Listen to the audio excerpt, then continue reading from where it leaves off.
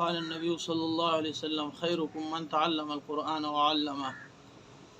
حضور اقدس صلی الله علیه وسلم فرمایي چې ټول بهترینه هستی هغه ده چې قرآن زده کوي او بل ته ښيي. یو حدیث کې دی او تعلم یې زده کوي یې بل ته ښيي، یعنی د قرآن قاری او د قرآن طالب دا پوره کائنات کې د ټول نه افضل دي. یو سیاستدان وي، یو تجزیه نگار وي، یو ساينسدان وي چې پلان کې افضل دي، هغه غلط کې دي چې خود رسول الله صلی الله علیه وسلم قول غلط نشي کېدی. ورا خلق به ارچاته سوق بچاته خو سوق بچاته خوي، خود بالکل رښتینی هغه دی چې چاته رسول الله صلی الله علیه وسلم خو وي. د چا برکت حضور اقدس صلی الله علیه وسلم او فرمایي چې دا د ټولو نه بهتر دی، هغه څوک دی د قرآن قاری دی. بل غټه نه خیدا ده د قرآن چې دی د چې ته په یو پټه رخیل باندې کېدی، هغه پټه رخیل د هغه احترام ادب واجب شي، چې د هغه احترام ادب پتا باندې واجب شو. اوس تاسو خیال دی حالم کې دغه پټه رخیل چې ده دغه باندې نه دغه نه په قرآن په ټکو پیږي، نه په ترجمه پیږي، نه قرآن ویل شي، د هغه رخیل ادب احترام په موتا باندې واجب شو.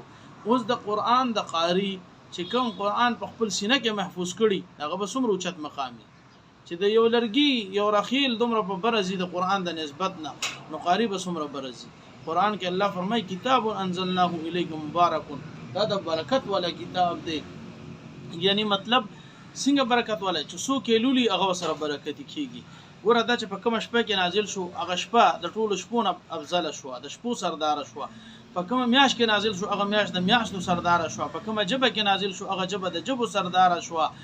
اور په کوم هسته محمد رسول الله صلی الله علیه وسلم باندې نازل شو هغه هستی د انبیو سردار شو.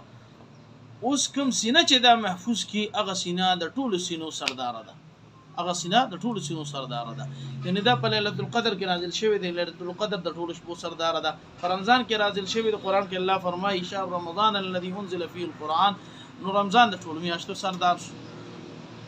دغه شان په جناب محمد رسول الله صلی الله علیه وسلم نازل شوی دی، هغه د ټول انسانیت او د ټول انبیو سردار دی.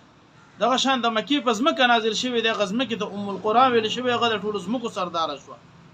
په کومه جبه کې نازل شوی د عربی جبه د ټولو جبو سردار ده. دا زموږ مقلتوب دی چې منګه انګلیش له ترجیح ورکو، انګلیش له خوخو، حالان کې د ټولو جبو د فخر جبه د الله خپل جبه چې الله پکې کلام فرمایي عربي ده، رسول الله صلی الله علیه وسلم خپل جبه عربي ده، د قرآن جبه عربي ده. چې جنت د جنتی لاړ شي د جبه د جنتی جبه د جنت جبه عربي ده، د قرآن جبه عربي ده.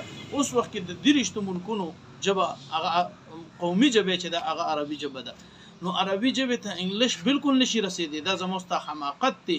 عربي از د کول دا واجب دی. کو پوره علاقه کې داسې څوک پاتې نشو چې هغه عربي ورزي عربيدان په یو علاقه کې پاتې نشو، نو دا واجب علی الکفایه دی. دا ټول علاقه ګناګار ده، ټول علاقه ګناګار ده. دا عربي از د کول مسلمان د لپاره واجب دی، واجب علی العين او واجب العين خو نه دی، خو واجب علی الکفایه دی، واجب